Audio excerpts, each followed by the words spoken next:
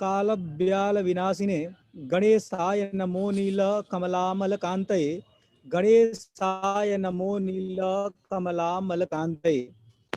आज विज्ञान व्याख्यान माला के 31वें व्याख्यान में मैं डॉक्टर राजा पाठक आप सभी का संपूर्णानंद संस्कृत विश्वविद्यालय की ओर से हार्दिक स्वागत एवं अभिनंदन करता हूं। जैसा कि हम सभी जानते हैं कि यह वेद विज्ञान व्याख्यान माला संपूर्ण विश्व से चयनित विद्वानों के व्याख्यान को आयोजित करती है। आज इस क्रम में हम सभी के मध्य उपस्थित हैं, हमारे बीच जुड़े हुए हैं जर्मनी के बर्ग विश्वविद्यालय से प्रोफेसर डॉक्टर आनंद मिश्रा जी। आपका जो विषय है आज व्याख्यान का, वैदिक विज्ञान एवं वेदों के प्रति हमारी बदलती अवधारणाएं। आपका कार्य संस्कृत साहित्य में अद्वितीय है। आप संगणक शास्त्र के भी अद्भुत विद्वान हैं तथा आपने संगणक एवं संस्कृत को लेकर के अनेकों ने कार्य किए हैं तथा आपकी ख्याति समूचे संपूर्ण देश एवं विदेश में है। अब मैं बिल्कुल ही विलंब न करता हुआ अविलंब आज के हमारे इस कार्यक्रम के मुख्य वक्ता डॉक्टर आनंद मिश्र जी से मैं निवेदन करूंगा कि उक्त विषय पर, जो आज निर्दिष्ट विषय है, उस विषय पर अपना विचार प्रस्तुत करें एवं हम सभी शोधार्थियों को, हम सभी शिक्षकों को एवं हमारे सभी श्रोताओं को लाभान्वित करने का कष्ट करें। डॉक्टर आनंद मिश्र जी। धन्यवाद राजा पाठक जी। यदि वै भव भोग शतैरपि ते भव भीषण दाहकता न गता अयि चित्त विचिन्तयतापहरं कृतमारजयं नगराजपतिम् भयं च लोभं च विजित्य बालका पिपृच्छवः मृत्युरहस्यमाकुला स्वयं ययुर्यत्र यमालयं पुरा किशोरजिज्ञासुजनिस्थलीं नुमः। भारतीय शास्त्रों के अध्ययन एवं अध्यापन के सर्वमान्य केंद्रों में प्रमुख विश्वविख्यात संपूर्णानंद संस्कृत विश्वविद्यालय वाराणसी के आचार्यगण, छात्रवृंद तथा उपस्थित अन्य श्रोतागण, हाइडेलबर्ग विश्वविद्यालय जर्मनी से, जो कि सन 1386 में स्थापित जर्मनी का प्राचीनतम विश्वविद्यालय है और जहां मैं दक्षिण एशिया संस्थान में कार्यरत हूं, आप सबको मेरा प्रणाम। संपूर्णानंद संस्कृत विश्वविद्यालय के दूरदर्शी कुलपति आदरणीय आचार्य राजाराम शुक्ल जी का मैं हार्दिक आभारी हूं, जिन्होंने मुझे आज आप सबके समक्ष वैदिक विज्ञान, जो कि अभी के समय का एक महत्वपूर्ण चर्चा का विषय है, इस विषय पर मेरे विचार प्रस्तुत करने का अवसर प्रदान किया। इस और इससे संबंधित अन्य आनुषंगिक विषयों पर लंबी चर्चा एवं व्याख्यान माला के आयोजन के इस नवीन एवं प्रशंसनीय प्रयास में सहयोगी उनके अन्य सहायक आचार्यों, विशेषकर डॉक्टर राजा पाठक जी सदृश तेजस्वी नवयुवकों को भी मैं हार्दिक साधुवाद एवं धन्यवाद देना चाहता हूं। कुछ सप्ताह पूर्व मुझे एक दुखद समाचार मिला। जम्मू विश्वविद्यालय में बौद्ध दर्शन एवं पाली विभाग से सेवानिवृत्त काशी निवासी प्रोफेसर राकेश मिश्र जी के असामयिक निधन का। आज का मेरा यह व्याख्यान उनकी स्मृति में श्रद्धायुक्त अर्पित कुछ विचार कुसुम मात्र है।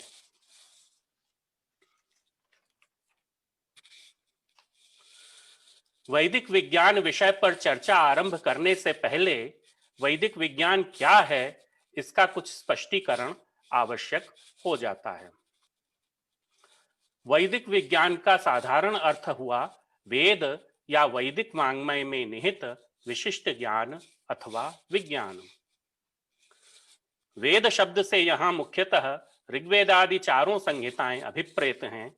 इसके साथ ही वेदांगांतर्गत व्याकरणादि शास्त्र और साथ ही आयुर्वेद, धनुर्वेद आदि शास्त्र भी। कुल मिलाजुलाकर प्राचीन वैदिक ब्राह्मण विचारधाराओं के मुख्यतः संस्कृत ग्रंथों का वाङ्मय। इन वेदादि शास्त्रों में निहित ज्ञान हुआ वैदिक ज्ञान या विज्ञान। एक दृष्टि से देखें तो प्राचीन भारतीय चिंतन परंपरा वैदिक विज्ञान को समझने का एक सतत प्रयास है। मुख्यतः वेद रक्षार्थ व्याकरण आदि शास्त्रों का प्रणयन हो रहा है। यह सब तो वार्तिककार एवं महाभाष्यकार के वचनों से सर्वविदित है ही। रक्षार्थम वेदानाम अध्येयम व्याकरणम इत्यादि। वेदार्थ अक्षुण्ण रहें एवं वेद कथनचित अनर्थक न हो जाएं, यह दायित्व इतना प्रबल है कि इसके लिए भाष्यकार शबर स्वामी तो आमनायातिक्रमण को भी बाधा नहीं मानते हैं। मीमांसा सूत्र के अपने भाष्य के आरंभ ही में पूर्व पक्षी के इस आक्षेप पर कि एवं ही समामनन्ति वेदमधीत्य स्नायात इति इह च वेदमधीत्य स्नास्यन् धर्मं जिज्ञासमान इमम् आम्नायम् अतिक्रामेत न च आम्नायो नाम अतिक्रमितव्यः। पूर्व पक्षी के इस आक्षेप पर आचार्य का उत्तर स्पष्ट है। अतिक्रमिष्याम इमम् आम्नायम्, अनतिक्रामन्तो वेदम अर्थवंतम संतम अनर्थकम अवकल्पयेम इत्यादि। अतः वेद रक्षार्थ प्रणीत व्याकरणादि शास्त्रांतर्गत एवं वेदार्थ निर्धारण की प्रक्रिया बताने वाले मीमांसादि शास्त्रांतर्गत ज्ञान को प्रधान रूप से वैदिक विज्ञान कहा जा सकता है। किंतु वैदिक विज्ञान या अंग्रेजी में कहें तो वैदिक साइंसेज, यह प्रयोग आजकल इससे इतर कुछ विशेष अर्थों में प्रचलित हो गया है। वैदिक विज्ञान के पक्षधर विद्वानों के अनुसार यह प्रयोग निम्नलिखित तथ्यों का प्रतिपादक है। पहला, आधुनिक विज्ञान या मॉडर्न साइंस के सिद्धांत सारगर्भित रूप में वेदों में विद्यमान हैं। आज के विचारकों, मुख्यतः भारतीय वैज्ञानिकों एवं वेदाचार्यों का मुख्य उद्देश्य होना चाहिए आधुनिक विज्ञान के सिद्धांतों एवं आविष्कारों को वैदिक वाङ्मय में पहचानने का। दूसरा, चूंकि वेद विश्व के समग्र ज्ञान का अनंत स्रोत हैं, अतः आधुनिक विज्ञान में से अभी तक अछूते सिद्धांत एवं आविष्कार भी ढूंढ निकाले जा सकते हैं। तीसरा, इसका एक कारण यह भी है कि आधुनिक विज्ञान की अपेक्षा वेदों की दृष्टि समग्र दृष्टि है। यहाँ केवल भौतिक जगत ही नहीं अपितु मानव चैतन्य एवं आध्यात्मिक पक्ष भी विद्यमान है। वैदिक विज्ञान की इस विचारधारा का अनुगमन भारतीय शिक्षण संस्थाओं में विभिन्न स्तरों पर हो रहा है। यथा वाराणसी में ही काशी हिंदू विश्वविद्यालय में वैदिक विज्ञान केंद्र स्थापित हो गया है।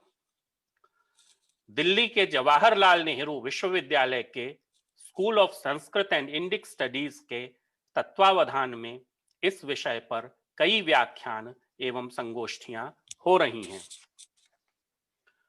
वहीं के प्रोफेसर गिरीशनाथ झा जी एवं अन्य विद्वानों ने वैश्विक धरोहर वेद वैज्ञानिक आयाम शीर्षक वाली एक पुस्तक भी संपादित की है, जिसमें 2016 में हुई इंटरनेशनल वेद कॉन्फ्रेंस में पढ़े गए शोध प्रपत्र प्रकाशित हुए हैं।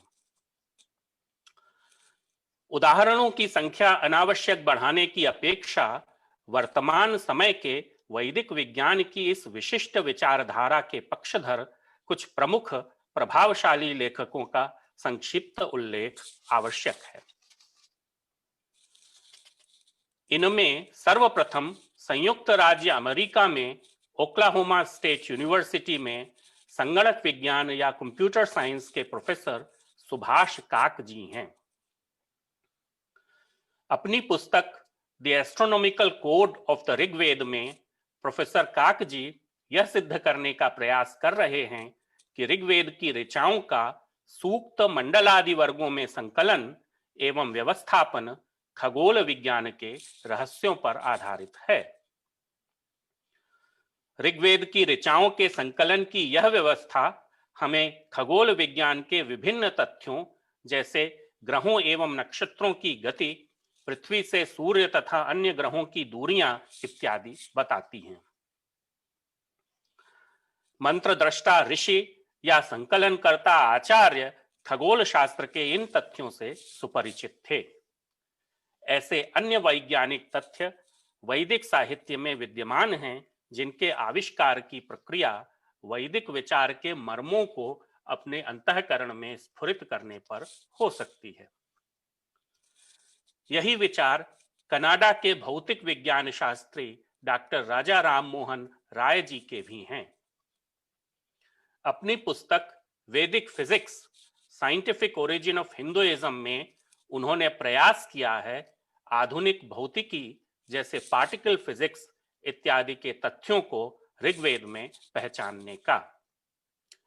उदाहरण स्वरूप पुरुष सूक्त में ग्राम्य एवं अरण्य पशुओं की सृष्टि के उल्लेख को पार्टिकल फिजिक्स के बोसॉन्स एवं फर्मियॉन्स से संबद्ध करना, इस आधार पर कि जैसे ग्राम्य पशु इकट्ठे रहते हैं बोसॉन्स की तरह एवं अरण्य के पशु अलग अलग रहते हैं फर्मियॉन्स की तरह। सुभाष काक एवं राममोहन रॉय प्रभृत विचारकों, यहां ध्यान रहे कि हम समकालीन लेखक राममोहन रॉय जो कनाडा के भौतिक विज्ञानविद हैं उनकी चर्चा कर रहे हैं, इसी नाम के 19वीं शताब्दी के प्रसिद्ध विचारक राजा राममोहन राय की नहीं। सुभाष काक एवं राममोहन रॉय प्रभृत विचारकों की दृष्टि में वेदों के अनुसार आध्यात्मिक आंतरिक जगत एवं भौतिक बाह्य जगत एक दूसरे से संबद्ध है। आध्यात्मिक आंतरिक चैतन्य एवं तज्जन्य दृष्टि बाह्य भौतिक जगत के रहस्यों को आधुनिक वैज्ञानिक प्रक्रिया द्वारा प्राप्त सिद्धांतों से और अच्छे प्रकार से अनावृत कर सकती है। आध्यात्मिक आंतरिक चैतन्य जनित दृष्टि मूल मंत्र है बाह्य भौतिक जगत के वैज्ञानिक रहस्यों को समझने का। यह पक्ष प्रबल रूप से अमेरिका में अमेरिकन इंस्टीट्यूट ऑफ वैदिक स्टडीज के संस्थापक डॉक्टर डेविड फ्रॉले, जो भारत में पंडित वामदेव शास्त्री के नाम से भी प्रसिद्ध हैं, उनका भी है। वैदिक विज्ञान की विचार प्रणाली एवं इस विचार प्रणाली के पक्षधर लेखकों द्वारा व्यक्त विचारों से असहमति एवं उसका प्रबल विरोध भी हो रहा है। भारत में वैदिक अनुसंधान के क्षेत्र में प्रतिष्ठित स्थान पुणे के विश्व प्रसिद्ध वृद्ध एवं वयोवृद्ध विद्वान डॉक्टर मधुकर अनंत महेंद्रे ने annuls of Bhandarkar oriental research institute में मुद्रित अपने रिव्यू में डॉक्टर सुभाष काक द्वारा प्रतिपादित विचारों के आधारभूत तथ्यों पर प्रश्न चिन्ह लगाते हुए एवं अन्य प्रमाणों के आधार पर उन्हें निरस्त कर दिया है। इसी प्रकार आधुनिक विज्ञान एवं गणित के क्षेत्र के अनेक विद्वानों एवं इंडोलॉजी के प्रोफेसर मिशाइल वित्सेल प्रभृत वेद विशेषज्ञों ने भी डॉक्टर सुभाष काक द्वारा प्रतिपादित तथ्यों एवं विचारों का विरोध किया है। वैदिक विज्ञान के विरोध की श्रृंखला में प्रबलतम हैं डॉक्टर मीरा नंदा प्रभृत विचारक। अपनी पुस्तक प्रोफेट्स फेसिंग बैकवर्ड में मीरा नंदा, जो कि बायोटेक्नोलॉजी में पीएचडी हैं एवं आधुनिक विज्ञान के इतिहास एवं दर्शन विषय पर व्यापक शोध में संलग्न हैं, उन्होंने वैदिक विज्ञान का एवं उसकी ऐतिहासिक एवं वैचारिक पृष्ठभूमि का विवेचनात्मक अध्ययन करते हुए उसका व्यापक विरोध किया है। मीरा नंदा के अनुसार वैदिक विज्ञान की यह विचारधारा वैज्ञानिक अज्ञानता मात्र ही नहीं है, यह एक हथकंडा है हिंदुत्व की विचारधारा को भारत में स्थापित करने का। हिंदुत्व की ऐसी विचारधारा जो प्राचीन भारत की जाति व्यवस्था एवं अन्य रूढ़िवादी विसंगतियों की पोषक है एवं तर्कपूर्ण विचारों पर आधारित एवं सर्वोद्धारक, विशेषकर दलितोद्धारक सामाजिक व्यवस्था की स्थापना में विशेष बाधक है। उनके विचार में हिंदुत्व की इस खतरनाक विचारधारा, जिसको वह फासिस्ट विचारधारा मानती हैं, इसके मूल में एक तरफ स्वामी विवेकानंद, श्री अरविंद प्रभृत विचारक हैं, जिन्होंने प्राचीन भारतीय शास्त्र निष्ठ विचारों को आधुनिक समय के लिए उपयुक्त बताया, और दूसरी तरफ पिछले कुछ दशकों में पोस्ट मॉडर्निज्म के तहत पनपी दार्शनिक विचारधाराएं हैं। मीरा नंदा का विरोध न केवल वैदिक विज्ञान से है, अपितु वैदिक विज्ञान की पोषक उन दार्शनिक विचारधाराओं से भी है जिसका दुरुपयोग संप्रति सुभाष काक सदृश हिंदुत्व विचारधाराओं वाले कर रहे हैं, धार्मिक एवं पौराणिक अज्ञान के प्रसार करने के लिए। 1960, 70 और 80 के दशकों में आधुनिक विज्ञान के ऊपर दोषदर्शी एवं आलोचनात्मक विचार आए।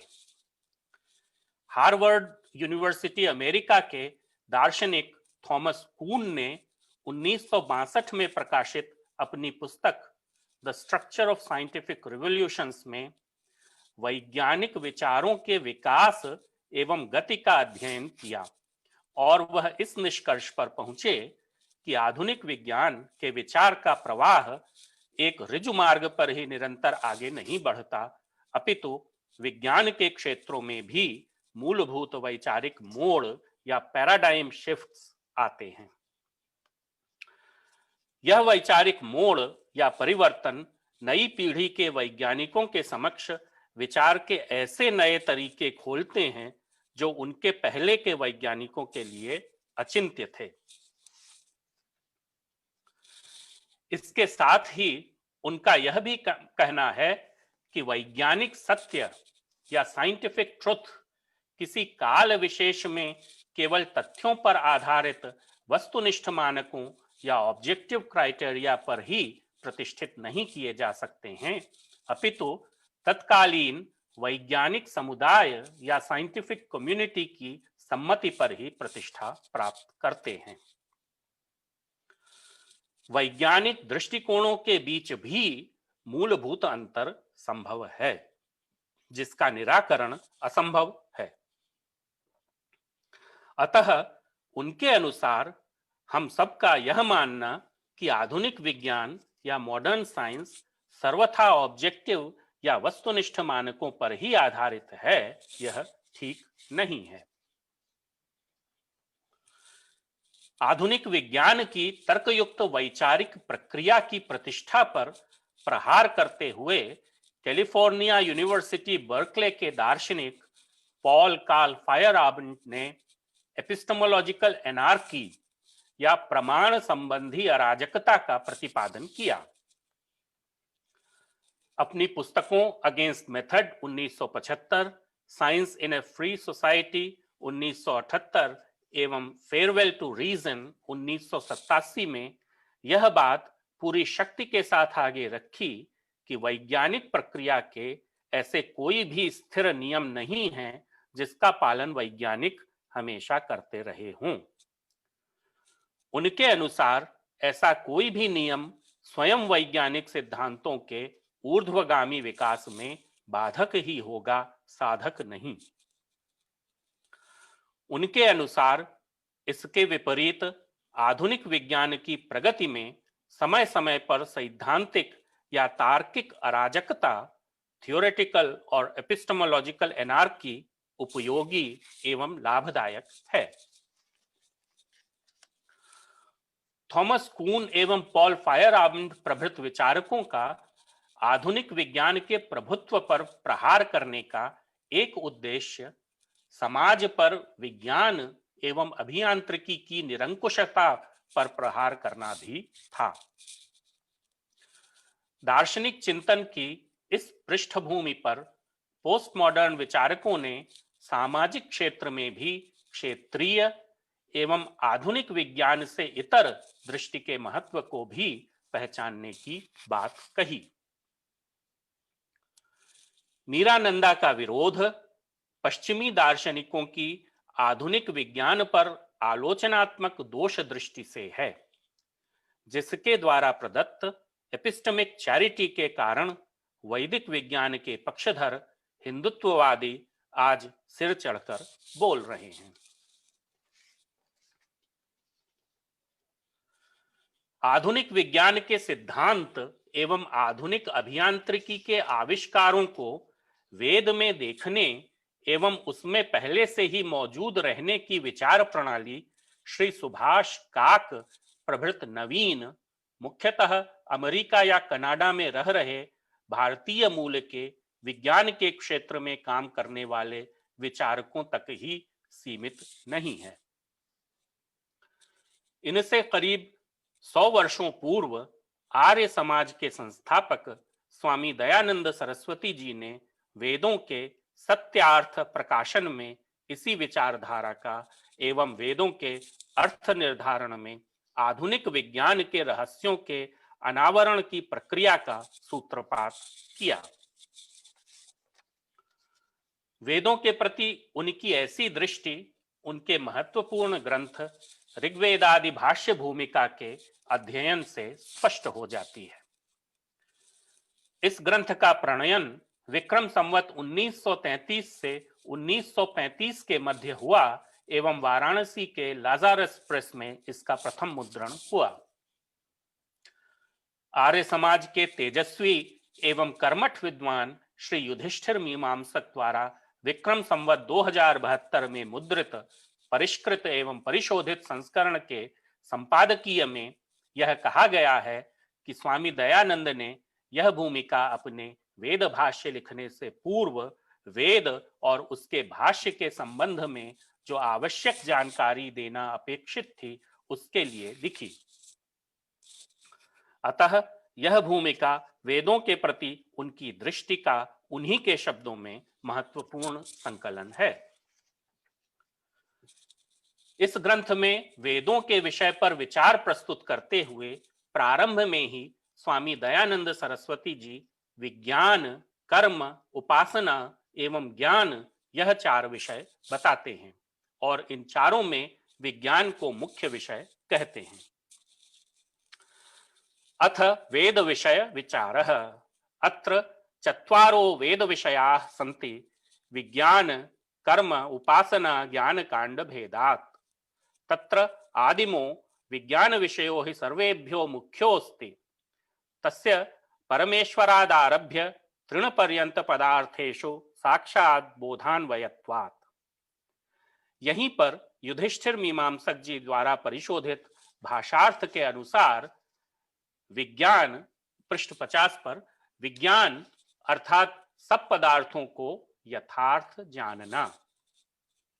विज्ञान उसको कहते हैं कि जो कर्म, उपासना और ज्ञान इन तीनों से यथावत उपयोग लेना और परमेश्वर से लेके तृण पर्यंत पदार्थों के साक्षात बोध का होना, उनसे यथावत उपयोग का करना, इससे यह विषय इन चारों में प्रधान है।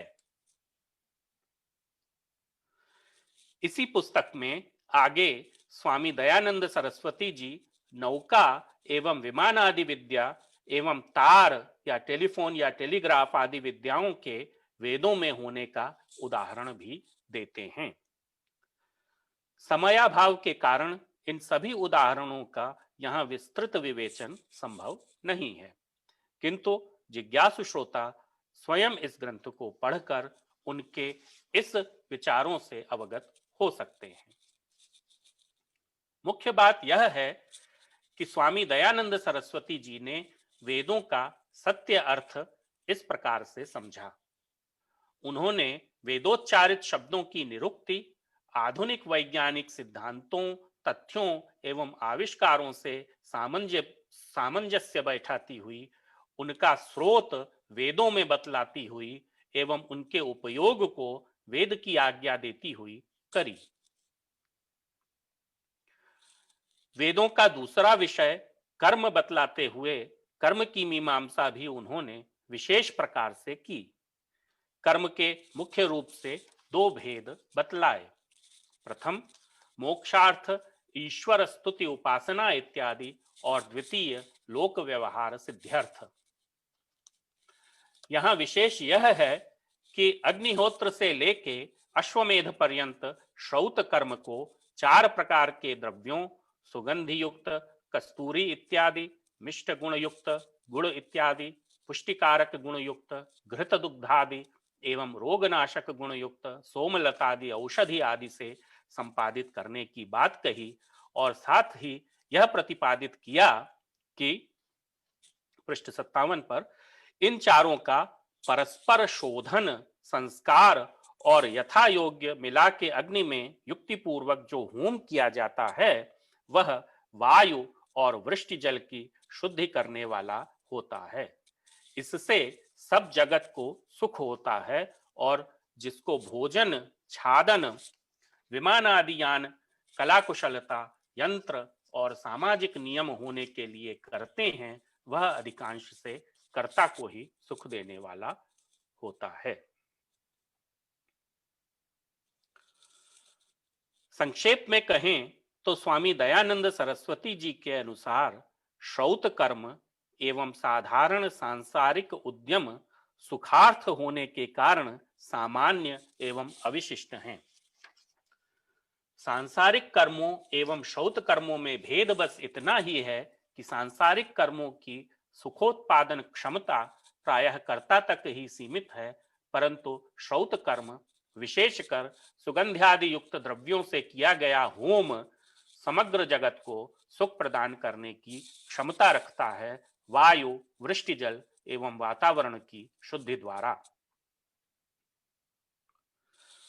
स्वामी दयानंद सरस्वती जी के वैदिक विज्ञान एवं श्रौत कर्म संबंधी विचारों के इस संक्षिप्त उल्लेख से यह तो स्पष्ट हो जाता है कि आजकल वैदिक विज्ञान या वैदिक साइंसेस पर दिए जा रहे व्याख्यान एवं डॉक्टर सुभाष काक प्रभृत लेखकों द्वारा लिखी जा रही पुस्तकें वेदों के प्रति दयानंदीय दृष्टि ही हैं। यही बात यज्ञों का या संस्कारों का पर्यावरण पर प्रभाव जैसे शीर्षक वाले अनेक लेखों एवं व्याख्यानों पर भी बैठती है। एक दृष्टि से देखें तो वेदों के इस प्रकार से वैज्ञानिकरण की प्रक्रिया उनके लोकायतीकरण की प्रक्रिया भी है ही।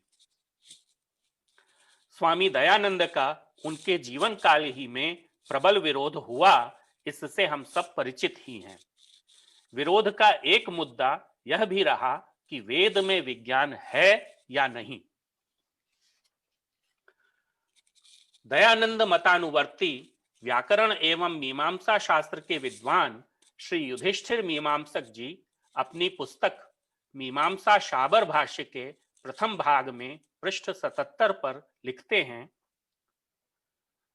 नवंबर सन 1964 की 12 से 18 तिथियों में अमृतसर नगर में स्वामी करपात्री जी के तत्वावधान और पुरी के शांकर पीठ के आचार्य स्वामी निरंजन देव जी के सभापतित्व में सर्व वेद शाखा सम्मेलन का आयोजन हुआ था।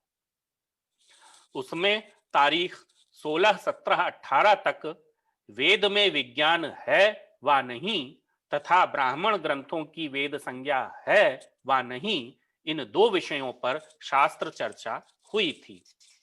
इसमें सनातन धर्मावलंबी विद्वानों और महात्माओं का पक्ष था। वेद में विज्ञान नहीं और ब्राह्मण ग्रंथों की भी वेद संज्ञा है। इसके विरोध में मेरा यानी युधिष्ठिर मीमांसक जी का पक्ष था।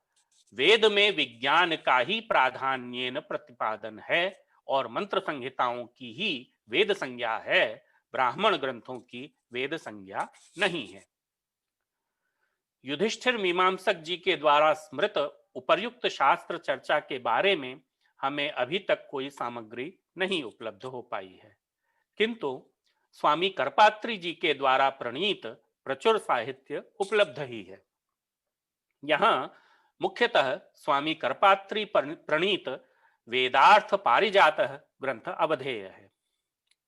वेदों के दयानंदीय लोकायतीकरण से क्षुब्ध होकर एवं संभवतः श्लोक वार्तिककार भट्ट कुमारिल के प्रायेण इव हि मीमांसा लोके लोकायतीकृता कामास्तिक पथे कर्तुम अयम यत्नः कृतो मया इत्यादि उक्त प्रयत्नों का स्मरण करते हुए स्वामी करपात्री जी ने मुख्यतः दयानंद मत खंडनार्थ ही वेदार्थ पारिजात जैसे बृहद ग्रंथ का प्रणयन किया। ग्रंथारंभ में ग्रंथ प्रणयन का उद्देश्य स्वयं स्वामी करपात्री जी के शब्दों में गते बहुतिथे काले दयानंदाभिधो जनः दूषयामास सर्वातां पद्धतिर्या सनातनी लोकायतिक मार्गस्थ आस्तिक्यमिव दर्शयन् ख्याति सम्मान पूजार्थं लोक वंचन हेतवे इतस्ततः समानीय सारहीन मुदक्षरम प्रादुश्चक्रे भाष्य नामना नलघीयो न विस्तृतम इत्यादि।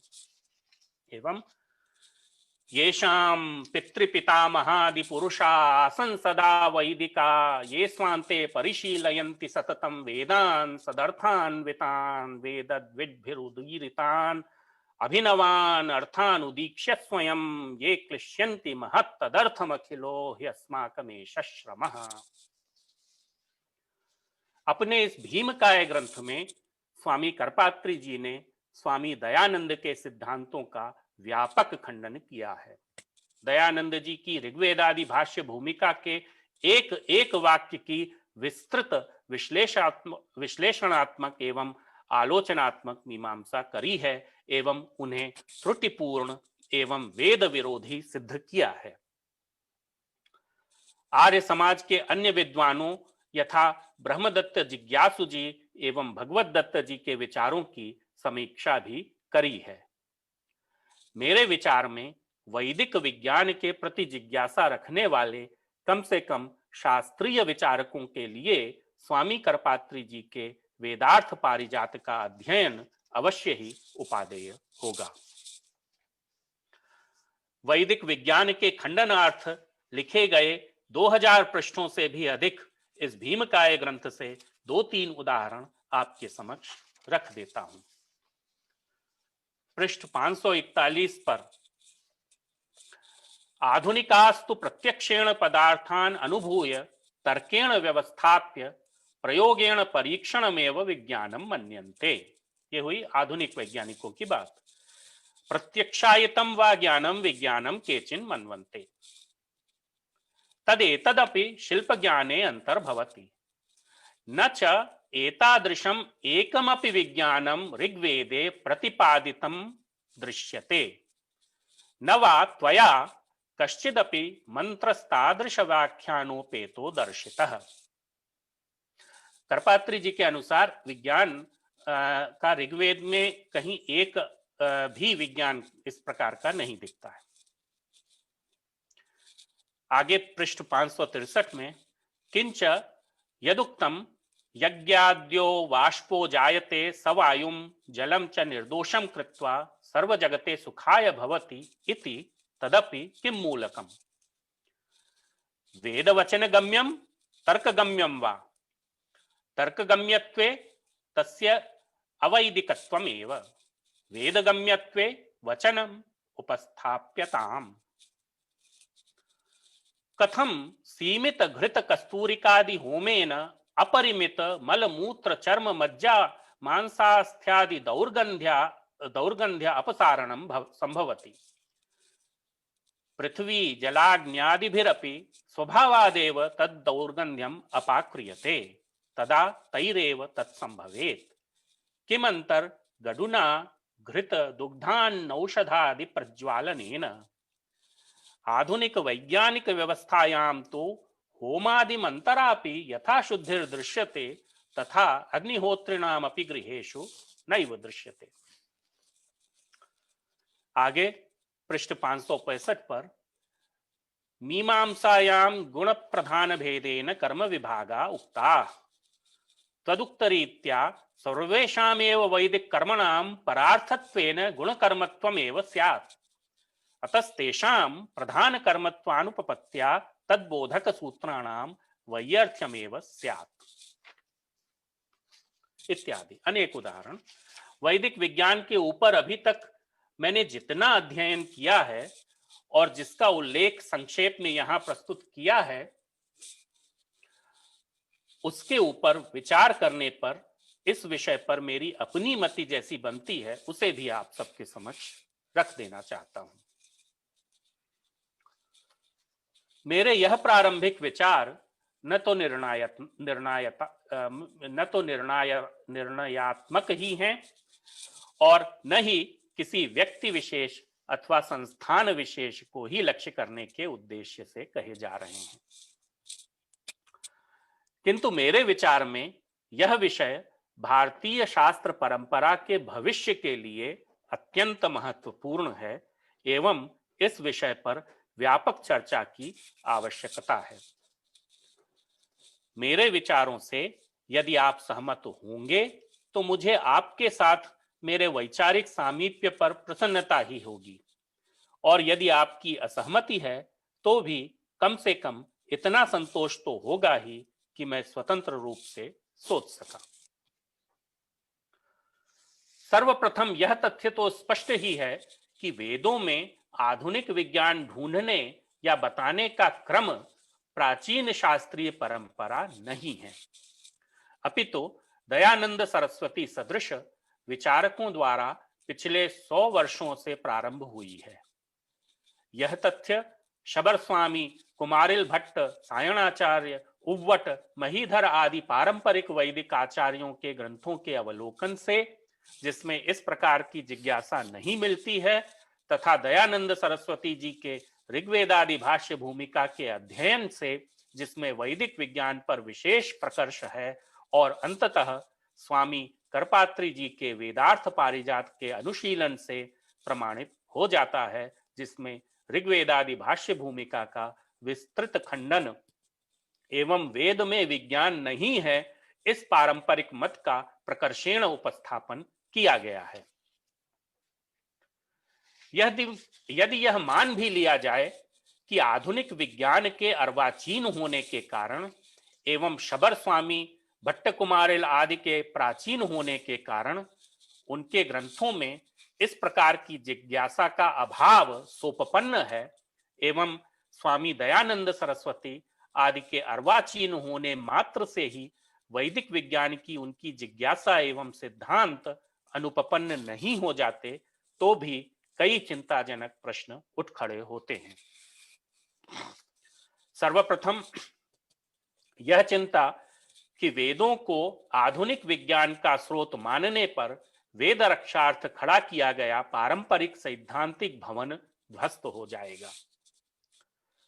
आधुनिक विज्ञान के तथ्य, विचार एवं सिद्धांत सतत परिवर्तित एवं परिवर्धित होते रहते हैं।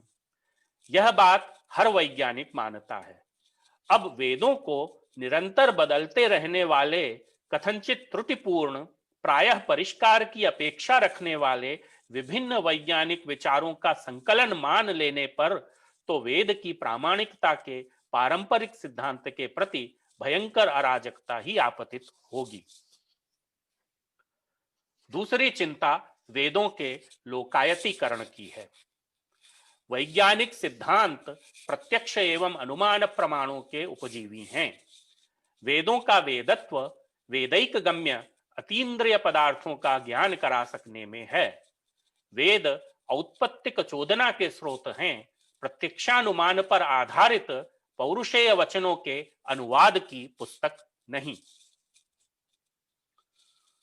वेदों में आधुनिक विज्ञान के होने के आकर्षण के चलते वैदिक सिद्धांतों एवं वेदों का समूल नाश ही न हो जाए, संभवतः इसी चिंता के कारण स्वामी करपात्री जी को वेदार्थ पारिजात जैसे बृहद ग्रंथ को लिखने का श्रम करना पड़ा होगा।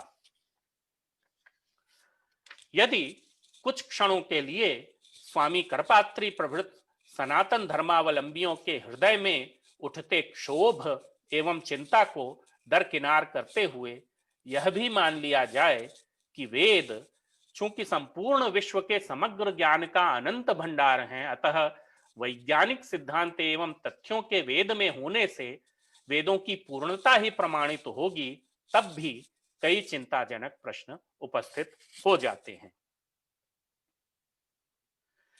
एक जटिल समस्या यह है कि वेदों में निहित वैज्ञानिक रहस्यों के उद्घाटन या आविष्कार का क्या प्रकार है। वेद या ऋग्वेद आदि संहिताएं वैदिक मंत्रों या वाक्यों का परिमित संकलन है।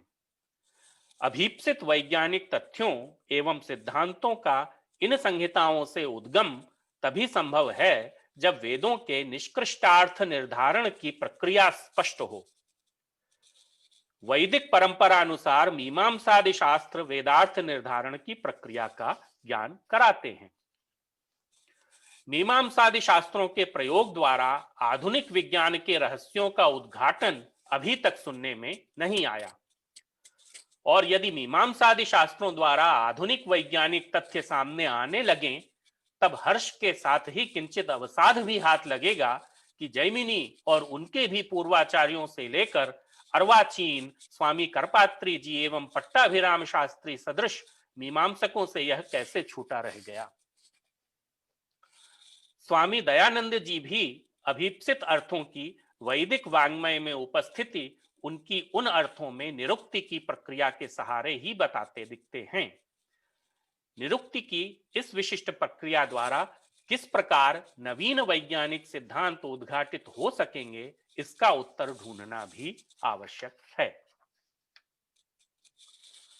सुभाष काक एवं डेविड फ्रॉले सदृश अन्य विद्वान यौगिक दृष्टि के सहारे वेद में स्थित वैज्ञानिक तथ्यों के रहस्यों के अनावरण की बात कहते हैं। यह सर्वविदित है कि महान दार्शनिकों, वैज्ञानिकों एवं महापुरुषों के अंदर विशेष दृष्टि या विचारों के प्रतिभासित होने के अनेक उदाहरण मिलते हैं। थॉमस कून एवं पॉल फायर आदि दार्शनिकों का यही कहना है कि वैज्ञानिक प्रगति सिर्फ वैज्ञानिक प्रणाली या मेथड के जरिए ही नहीं होती, बल्कि कई बार अवैज्ञानिक कल्पना भी वैज्ञानिक सिद्धांतों को जन्म देती है। यदि आध्यात्मिक या यौगिक दृष्टि को ही वैज्ञानिक सत्यों तक पहुंचने का जरिया मान लिया जाए, तब फिर प्रश्न उठता है कि फिर वेदों की क्या आवश्यकता है। यौगिक दृष्टि ही पर्याप्त है या नहीं। इस प्रकार के अनेक शास्त्रानुरोधी एवं तर्कानुरोधी प्रश्न उठ खड़े होते हैं वैदिक विज्ञान के संदर्भ में। इन प्रश्नों को इस प्रकार से यहां उठाने के पीछे मेरा उद्देश्य सिर्फ इतना ही है कि हमें ऐसे गंभीर विषय पर व्यापक चर्चा करने की आवश्यकता है। बिना विचार किए, बिना यह परीक्षा किए कि यह युक्त है अथवा अयुक्त, सिर्फ आधुनिक विज्ञान को भी वेद पुरुष की जांघों के नीचे दबा देने के आकर्षण के कारण ही वेद में विज्ञान है, यह मानना मेरे विचार में भारतीय शास्त्रीय चिंतन प्रवाह में बाधक ही हो सकता है।